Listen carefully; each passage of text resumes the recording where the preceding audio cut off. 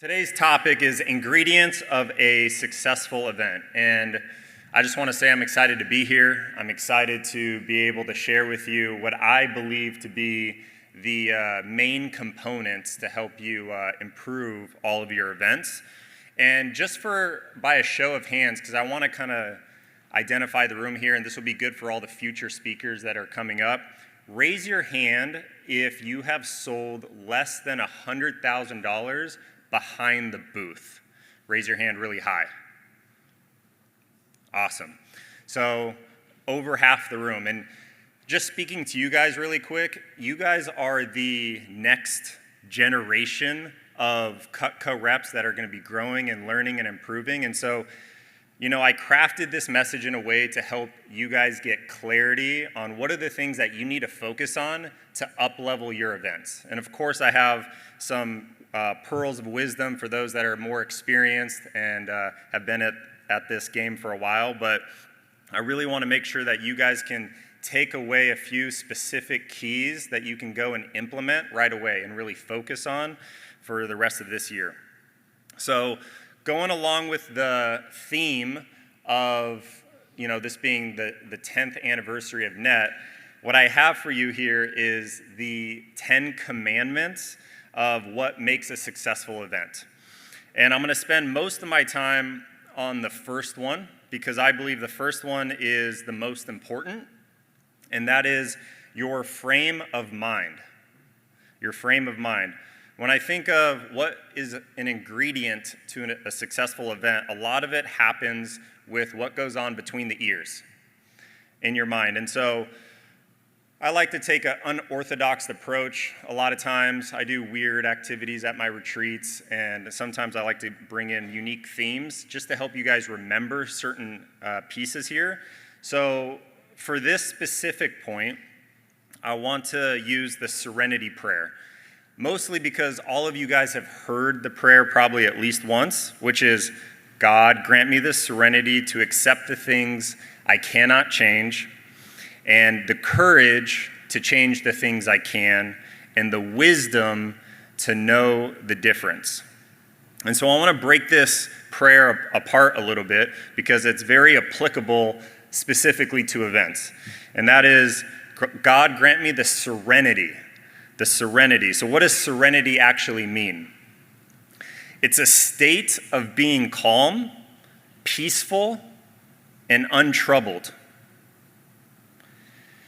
And I think one thing we should all pursue is the embodiment of that, the state of being calm during difficult situations. If you think back of your year, 2024, I think we could all use a little bit more serenity.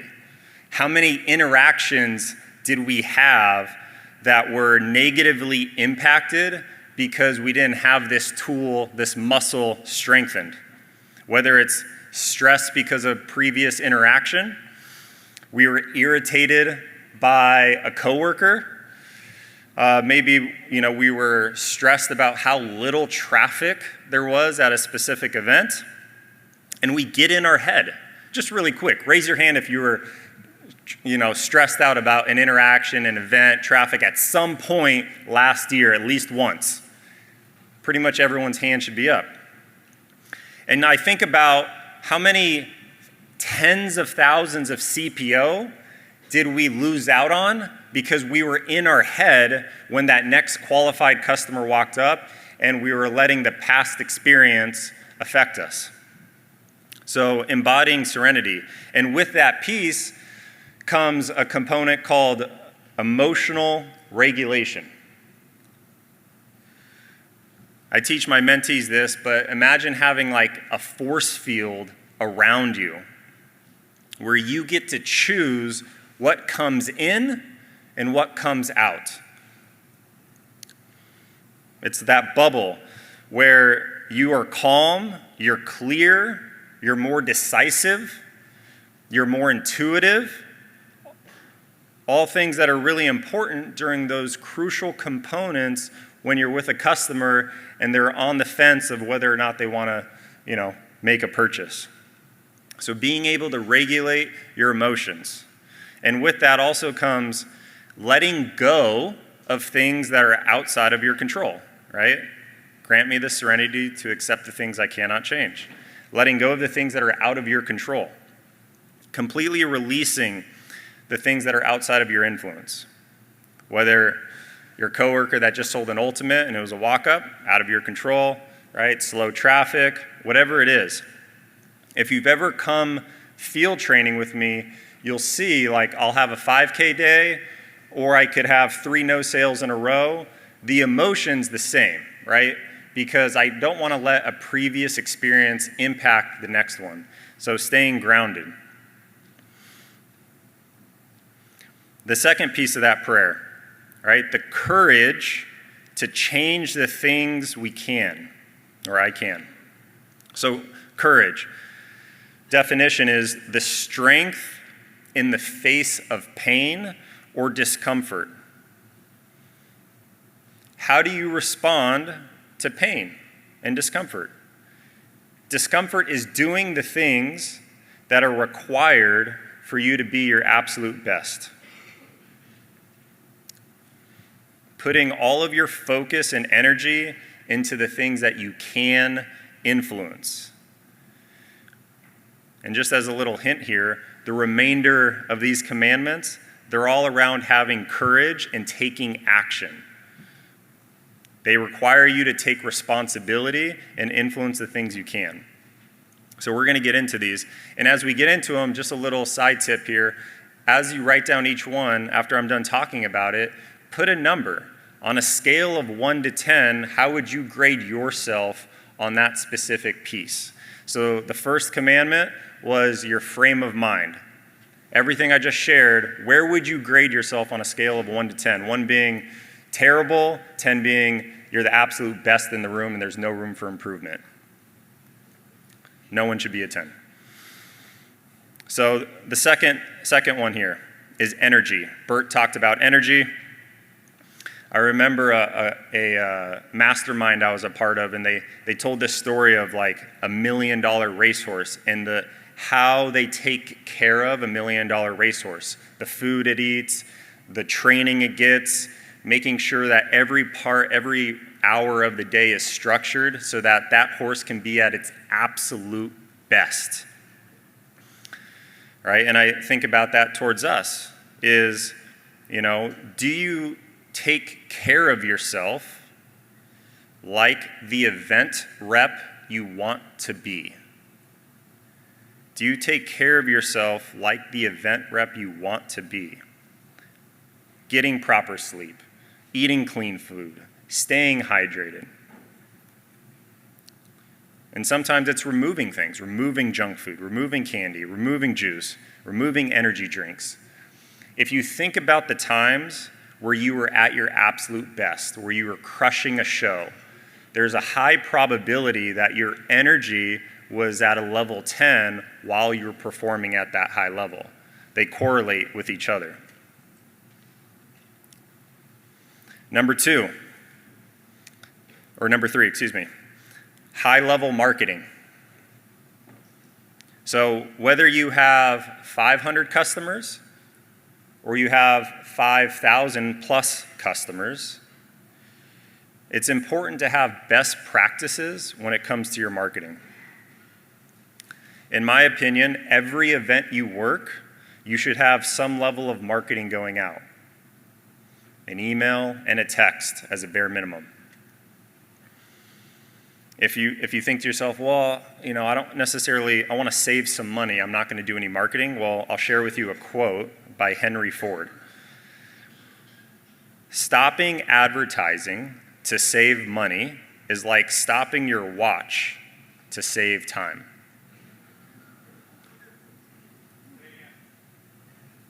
So invest in your customers, invest in your business, invest in marketing.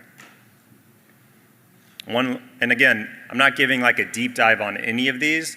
Each of these commandments, if you will, are designed to help you think of like, hey, where's the area I need to really hone in and focus?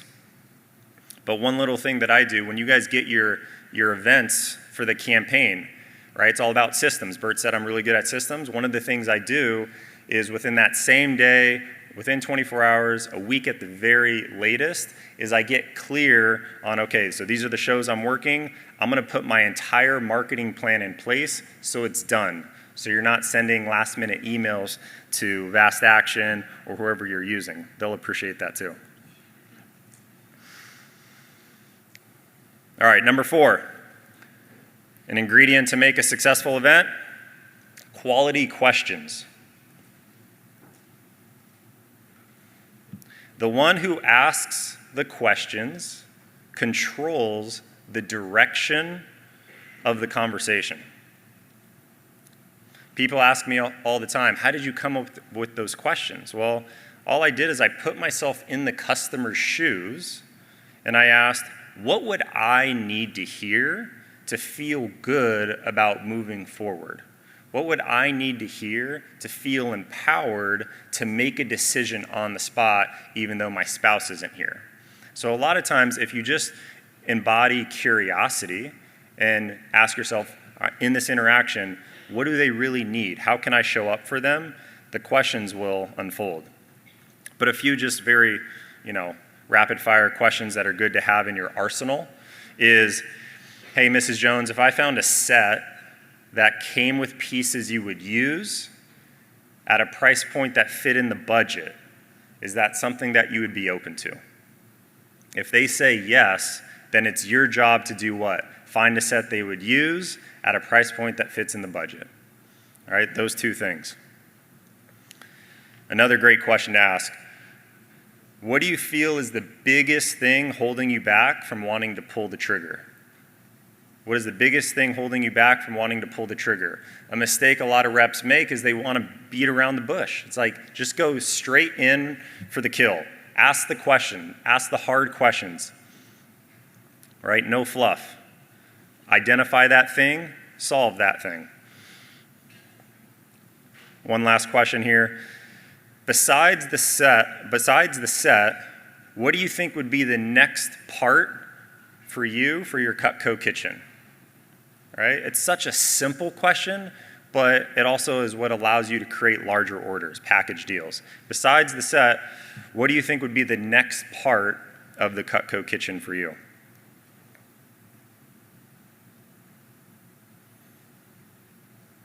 Number 5, ability to pitch all the programs. Okay, so what are all the programs? New customer,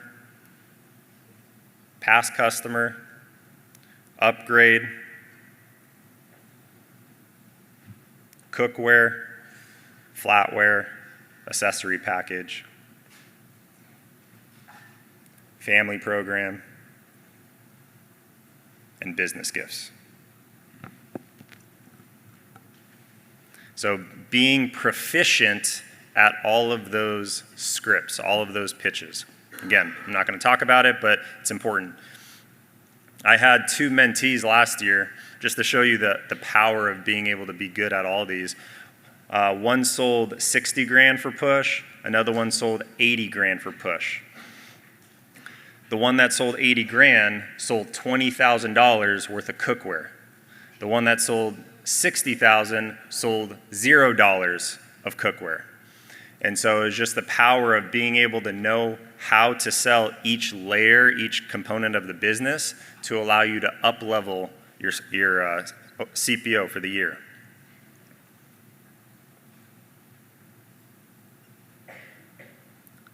All right, number 6.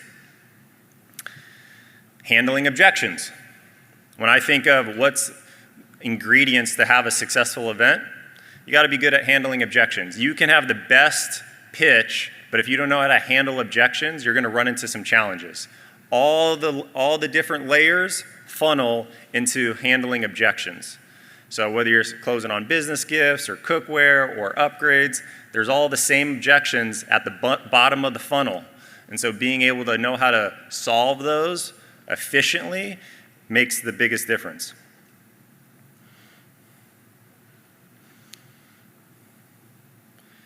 Number 7, this is a big one for some of you guys, is your booth display.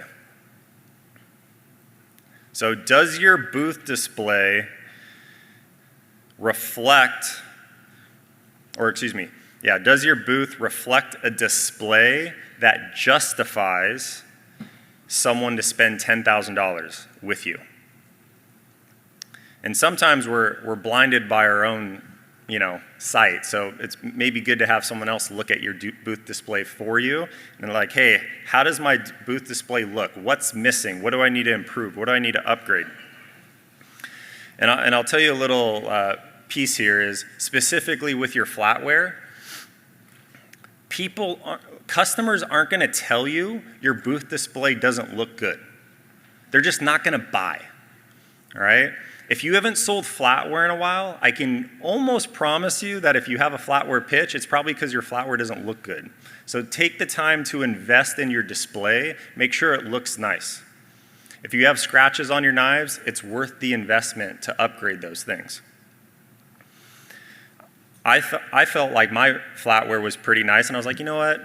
It's kind of it's on its way out. I should probably just get a new flatware set. Got a new flatware set. The very next day, guess what? Sold 2 flatware sets. All right, so even if you think yours isn't, it is where it should be, it probably can be improved. So, audit your booth display. Make sure it looks the part. Make sure you're visible to your clients. Do you skip on the backdrop because you're like, it's a one-day show, I don't need to put up the backdrop? Do you think to yourself, oh, you know what, I'm not going to put the full cookware set out because I only have 4 customers at my service event. It's not worth making that extra time. Don't cut any corners. Because what if the one customer is coming in that could buy 10 grand from you? How would you show up differently? All right, what number are we on? 6, 7, number 8. The 8th commandment, which again, I'm not going to touch on this because there's a talk later on it, but I want you guys thinking about these things, which is capturing big orders. That's the 8th commandment. If you want to have a successful event, you have to capture the big orders. Here's an example. You get 10 orders for an event. You have a $400 average order. That's $4,000. $4,000. If you took that 10th order, the very last one, and instead of you selling $400, you sold $4,400, you'd go from a 4K event to an 8K event, and your average order would double. It would go from $400 to $800. One single order can change your average order. It can change your entire event.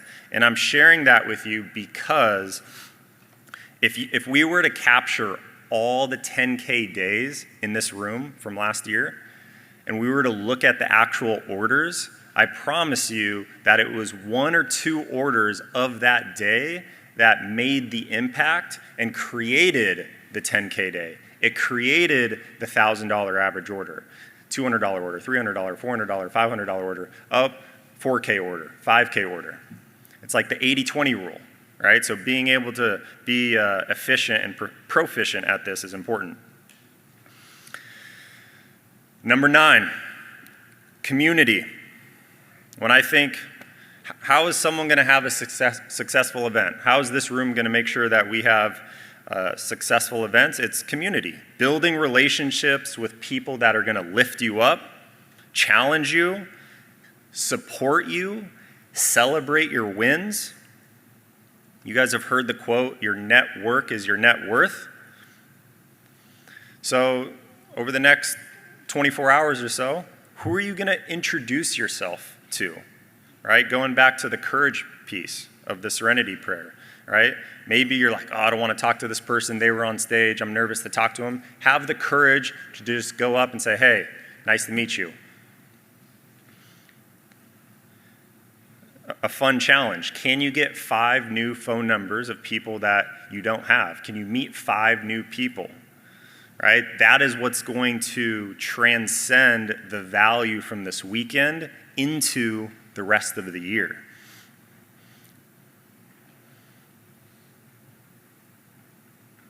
The other advantage of community is it helps you set the tone, right? whoever you're working with. Set the intentions on the day. Cultivate a synergy with whoever you're working with. That's a crucial key. And I know probably some of you guys forgot, but make sure you're putting a number, a scale of 1 to 10. Where would you rank yourself on each of these pieces? Scale of 1 to 10.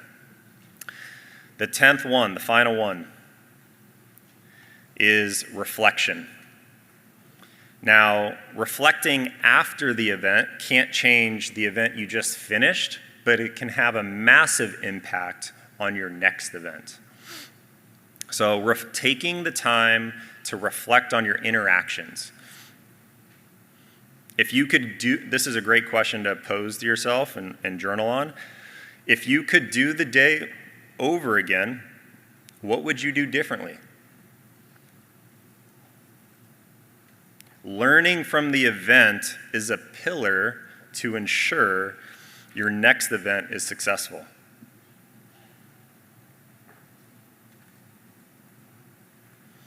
All right, so taking the time to reflect. If you don't reflect at all, you just do that alone and nothing else, I promise you'll have a massive growth year. But those are the 10 commandments, right? And so give yourself a grade, right, for each one, 1 to 10, and then add that number up and see what your number is out of 100.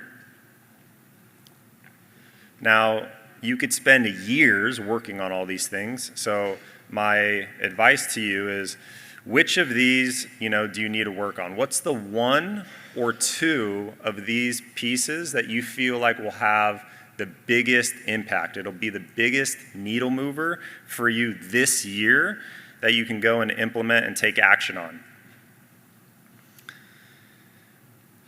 How will committing towards mastery in these impact your business? So I appreciate you guys listening, taking notes. Thank you. Look forward to talking to you guys soon.